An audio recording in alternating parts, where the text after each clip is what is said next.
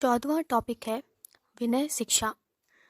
साधु होना एक बात है और साधु संघ के सदस्य होना बात दूसरी।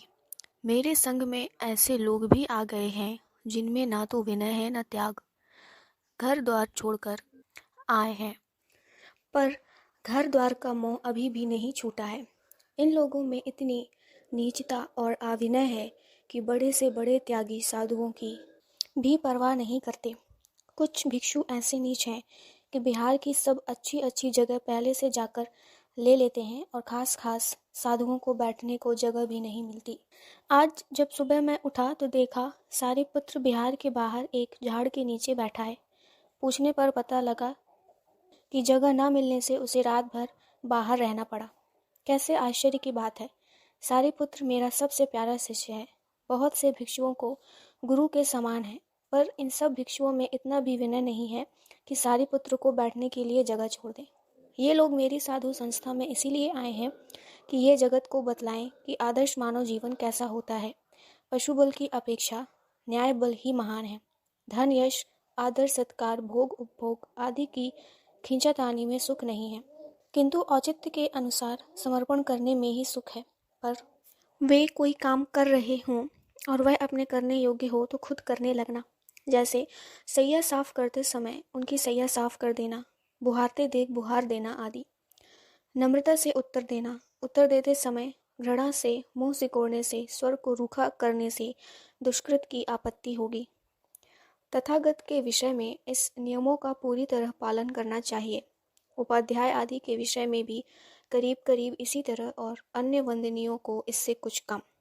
भिक्षुओं, ये जरूरी विनय नियम तुम्हारे लिए बनाए गए हैं। इनका पालन मन से होना चाहिए। अगर सिर्फ ऊपर से ही पालन करोगे अर्थात सिर्फ शिष्टाचार बताओगे तो तुम विनयी और संयमी नहीं हो सकते। विनयहीन शिष्टाचार से वात्सल्य प्रेम आदि नहीं मिलता और शिष्टाचार भी ना करने से बैर बढ़ता है। विनय प्राण है, शिष्टाचार उसका शरीर है। तुम्हें दोनों रखना चाहिए। इस प्रकार भिक्षुओं को मैंने विनय के नियम बता दिए हैं। संभवतः वे उसका पालन करेंगे। व्यवहार का मूल विनय है। संघ की व्यवस्था के लिए विनय की बड़ी जरूरत है, परंतु यंत्र की तरह परिचालित होकर जो विनय नियमों का पालन करते हैं वे क्या सच्चे विनयी हैं? सच तो यह है कि सच्चा विनयी जैसा आचरण करता है वैसे विनय नियम बनते हैं, अर्थात जो विनय नियम मैंने बनाए हैं उनका पालन विनयी स्वभाव से करता है। जैसे मनुष्य जब किसी से डर जाता है तब आप से आप कांपने लगता है, दूर भागने की कोशिश करने लगता है, पकड़े जाने पर दीनता बताने लगता है। भीत को भयाचार सिखाने की जरूरत नहीं होती। उसी प्रकार विनय को विनयाचार सिखाने की जरूरत नहीं होती। विनय विनयाचार के ज्ञान के बिना उठ खड़ा होता है, हाथ जोड़ता है, सेवा के लिए आगे आगे आता है, उच्चासन आदि देता है। ये सब बातें सिखाना नहीं पड़ती, ये सिखाना पड़ती हैं उन्हें जो विनय नहीं है और विनय का व्यवहार करना चाहते हैं। वास्तव में साधुओं के लिए इन नियमों की जरूरत नहीं थी, पर ये मोघ पुरुष साधु है कहाँ, इसीलिए व्यवस्था के लिए नियम पालन करना उचित है। 15वां टॉपिक है भिक्षुणी संघ की स्थापना। आखिर अनिच्छा पूर्वक मुझे भिक्षुणी संघ की स्थापना करनी पड़ी। आनंद ने बार बार अनुरोध करके मुझसे आज्ञा ले ही ली। आनंद बहुत मूर्ख है, उसमें दीर्घ दृष्टि नहीं है। मैं मानता हूँ कि स्त्रियां अहर्त पद प्राप्त कर सकती हैं, अनेक बार मैंने यह बात कही भी है, पर भिक्षु संघ का उद्देश्य ऐसे जन सेवक तैयार करना है जो पवित्र जीवन बिताकर समाज की बुराइयां दूर करे। अहर्त पद तो क्या स्त्रियां क्या पुरुष घर में रहकर भी पा सकते हैं, पर घर में समाज को ऐसे साधु सेवक नहीं मिल सकते जो निष्परिग्रह हो, निर्भय हो, निस्वार्थ हो, राजा रंग को समदृष्टि से देखते हो। इसीलिए मैंने यह धर्म सेना खड़ी की है। यह सेना या तो स्त्रियों की ही होनी चाहिए थी या पुरुषों की ही।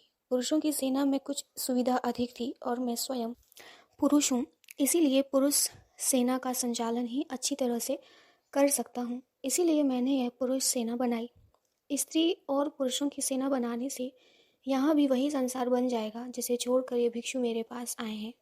बल्कि घर में मनुष्य निसंकोच होकर दाम्पत्य बिता सकता है, जबकि भिक्षु संघ में तो दाम्पत्य को जगह नहीं है। इसीलिए यह आकर्षण अंतर्गामी हो जाएगा और धीरे धीरे संघ को खोखला कर देगा।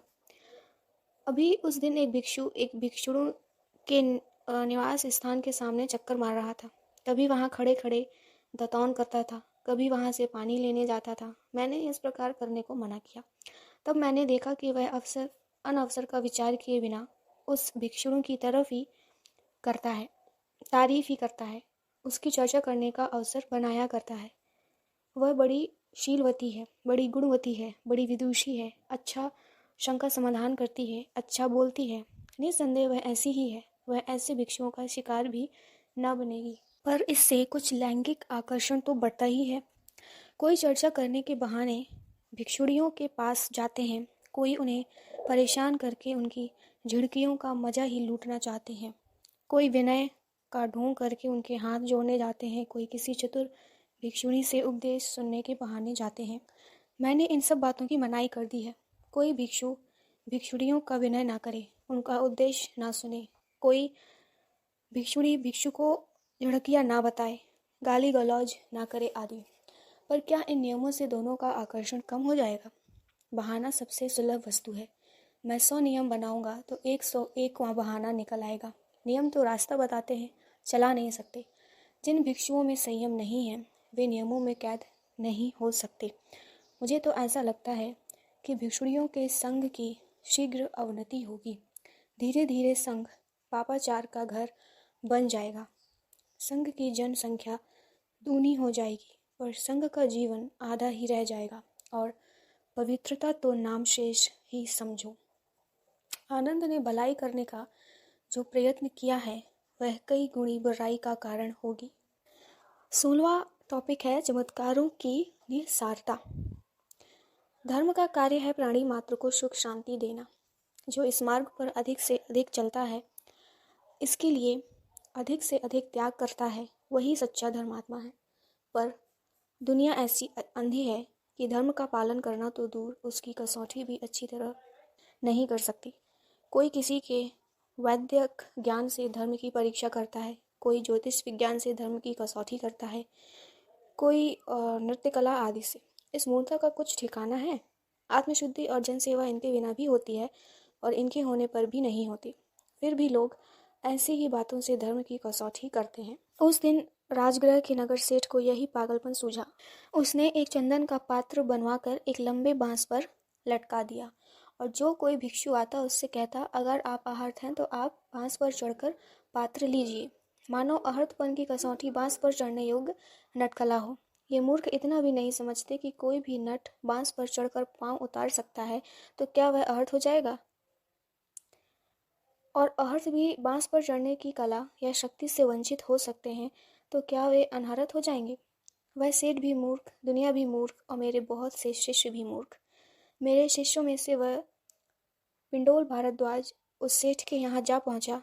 उसने नट की तरह बांस पर चढ़कर पात्र उतार लिया। उसने समझा कि बड़ी धर्म प्रभावना हो गई। भीड़ उसके पीछे लग गई। पिंडोल ने समझा, मैं सचमुच आहत हो गया। यदि पिंडोल सरीखे मूर्ख शिष्य धर्म की ऐसी ही प्रभावना करने लगेंगे तो धर्म में सच्चे त्यागियों और समाज सेवकों को स्थान ही ना रह जाएगा। धर्म संस्था नटों का अखाड़ा हो जाएगी। इसीलिए भिक्षु संघ को बुलाकर मैंने सबके सामने पिंडोल को डांटा और उसके चंदन के पात्र के टुकड़े टुकड़े करवा दिए। मैंने तो लकड़ी के पात्र की इसीलिए अनुज्ञा दी थी कि वह कीमती नहीं होता, इसीलिए भिक्षु का अपरिग्रह व्रत फलता रहता है। पर इस बहाने चंदन के पात्र रखे जाने लगे तो धातु के पात्र भी इससे सस्ते होंगे और उनमें निष्परिग्रहता अधिक होगी। चंदन के पात्र से तो इन भिक्षुओं की साधुता सांप की तरह चंदन के पात्र से ही लिपट कर रह जाएगी। इसीलिए मैंने नियम कर दिया कि अब कोई भिक्षु लकड़ी के पात्र भी ना रखे, अन्य धातु के पात्र भी ना रखे, सिर्फ लोहे के और मिट्टी के पात्र रखे। मैं सोचता था कि अपनी धर्म संस्था में कड़े नियम बनाकर अपनी धर्म संस्था को पवित्र रख सकूंगा, पर देखता हूँ कि इससे काम नहीं चलता। कल राजा बिंबिसार मेरे पास आया और बोला, क्या आपने शिष्यों को चमत्कार बताने की मनाही की है? इससे तो धर्म प्रचार में बड़ी बाधा पड़ेगी। मैंने कहा, चमत्कार? चमत्कार से मनुष्य की बदमाशी का परिचय मिलता है, धर्म का परिचय नहीं। बिम्बिसार: यह ठीक है, परंतु जब तक दुनिया इस तत्व को नहीं समझती तब तक तो उसे उसी के रास्ते से खींचना पड़ेगा। अगर वह चमत्कार से सत्य को पाती है तो उसे उसी रास्ते से पाने देना चाहिए। मैं: राजन, चमत्कार खुद इतना बड़ा असत्य है कि उसके घुस जाने पर और सत्य को जगह ही नहीं रह पाती। जो लोग ऐसे चमत्कार को नमस्कार करते हैं और समझते हैं कि हम सत्य को नमस्कार करते हैं, वे लोग स्वयं धोखा खाते हैं और दुनिया को भी धोखा देते हैं। चमत्कार तो एक कला है, छल है, इंद्रजाल है। इसे कोई भी इंद्रजालिया दिखला सकता है, पर इंद्रजालिया अहर्त नहीं होता। अहर्त होने के लिए आत्मशुद्धि की आवश्यकता है, इंद्रजाल आदि चमत्कारों की नहीं। बिम्बिसार: यह ठीक है भगवान, पर आपके शिष्य तो चमत्कार बतलाएंगे नहीं और दूसरे लोग चमत्कार बतलाएंगे, तब इसका परिणाम यह होगा कि जनता उन्हीं इंद्रजालियों के चक्कर में फंस जाएगी और आपके सत्य धर्म से विमुख हो जाएगी। मैं: जनता सत्य धर्म से विमुख हो जाए तो इसका अर्थ इतना ही होगा कि सत्य धर्म का लाभ थोड़े से ही लोग उठा सकेंगे, पर जनता सत्य धर्म में घुसकर सत्य धर्म का असत्य धर्म बना दे तो इसका फल यह होगा कि ना तो वे थोड़े से लोग ही सत्य धर्म को पा सकेंगे, न बाकी जनता पा सकेगी। जब पाने योग्य वस्तु ही ना रह जाएगी तब उसका पाना क्या और ना पाना क्या। बिम्बिसार: भगवान, जनता को इन चमत्कारों के मोह से हटाने के लिए तो कोई चमत्कार होना चाहिए। कम से कम आप जनता को चमत्कारों की निसारता तो समझाइए, जिससे लोग ढोंगियों के जाल में ना फंसे। मैं: हाँ, इसके लिए तुम लोगों को एकत्र करो, घोषणा करा दो कि मैं यमक प्रतिहार्य बतलाऊंगा। जब सब लोग इकट्ठे हुए तब मैंने उनसे पूछा, तुम लोगों ने क्या कभी दूसरे प्रतिहार्य चमत्कार देखे हैं? एक ने कहा, भगवान, एक बार एक औरत यहाँ आए थे। वे एक ऐसा दीपक जलाते थे जिसके बीच में से जलधारा प्रकट होती थी। इस प्रकार आग और पानी का मेल देखकर हम लोग चकित हो गए। मैं: और तुम लोग इसीलिए उन्हें आहत मानते थे? वह: जी हाँ। मैं: पर बादलों में जो बिजली चमकती है वह तो दीपक में से निकलती हुई जलधारा से भी बढ़कर चमत्कार है। पर वह तो ईश्वरीय चमत्कार है। जो आदमी ईश्वरीय चमत्कार को अपने हाथों से करके दिखा सकता है वह कोई सिद्ध पुरुष तो होना ही चाहिए। तुम्हारी पत्नी कभी गर्म पानी कर सकती है या नहीं? वह: कर सकती है। मैं: वह पानी तुम्हारे हाथ पर डाला जाए तो तुम्हारा हाथ जलेगा या नहीं? वह: जलेगा। मैं: वही गर्म पानी अगर आग पर डाला जाए तो आग बुझेगी या नहीं? वह: बुझेगी। मैं: देखो, यह कितना बड़ा चमत्कार है। एक ही चीज़ जलाती भी है और बुझाती भी है, और चमत्कार तुम्हारी पत्नी पैदा कर सकती है, इसीलिए तुम अपनी पत्नी को अहर्त मानते हो कि नहीं? सब हंसने लगे। मैं: क्यों हंसते हो? तुम्हारी पत्नी भी तो ईश्वरीय चमत्कार को अपने हाथ से कर दिखलाती है, तब तुम्हारे नियम के अनुसार वह अहरत क्यों नहीं? वह: इस तरह पानी गर्म करने से क्या कोई अहरत होता है? यह तो साधारण बात है। मैं: तब दीपक में से जलधारा निकालने वाला अहर्त कैसे हो जाएगा? तुमने फव्वारा निकलते तो देखा है। अगर फव्वारे के समान छोटी सी नली के चारों तरफ पत्ती लगाई जाए और खूब तेल भर दिया जाए तो दीपक जलेगा, और दीपक के बीच में जो नली है उसमें से पानी भी आता रहेगा। इसमें आश्चर्य क्या है? वह बोला, भगवान, हम लोग नहीं समझते, इसीलिए हमें आश्चर्य होता है। भगवान बुद्ध बोलते हैं, यह ठीक है कि तुम दुनिया भर की बातें नहीं समझ सकते, पर इतना तो समझ सकते हो कि इस जगत में एक से एक बढ़कर आश्चर्य भरे हुए हैं। कोई काम प्रकृति के नियम को तोड़कर नहीं हो सकता। किसी नियम को समझकर अगर कोई चमत्कार दिखाए तो इससे वह चतुर खिलाड़ी कहा जाएगा, अहरत नहीं। भौतिक बातों के खेल दिखाने से कोई अहरत नहीं हो जाता। अहरत के चमत्कार आध्यात्मिक होते हैं। वह बोला, आध्यात्मिक चमत्कार कैसे? बुद्ध बोलते हैं, जैसे तुम आग और पानी को एक साथ रखने को चमत्कार कहते हो, उसी प्रकार जो शत्रु और मित्र दोनों को एक साथ रख सकता है, संभाव रख सकता है, वह भी चमत्कार है। कोई अगर तुम्हारी भलाई करे और कोई तुम्हारी बुराई करे तो क्या तुम उन दोनों पर संभाव रख सकोगे? वह बोला, नहीं।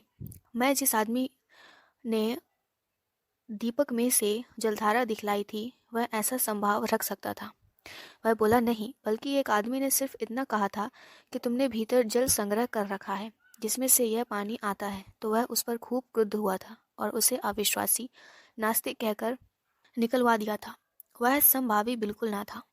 बुद्ध बोले, बस तो अब तुम समझ गए कि आग पानी को एक जगह दिखलाना सरल है, पर शत्रु मित्र को दिल में एक समान बिठलाना अर्थात उनके साथ निष्पक्ष व्यवहार करना कठिन है।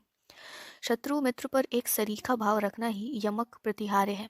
जो यह यमक प्रतिहार्य दिखा सकता है वही अहरत है। तुम लोगों को चाहिए कि तुम इंद्रजालियों के पुजारी ना बनो, पर जो लोग सबके साथ समभाव रखते हैं, शत्रु मित्र ऊंच नीच धनी गरीब आदि सबकी भलाई चाहते हैं, वे ही सच्चे आहरत हैं। उन्हीं की तुम्हें पूजा करना चाहिए।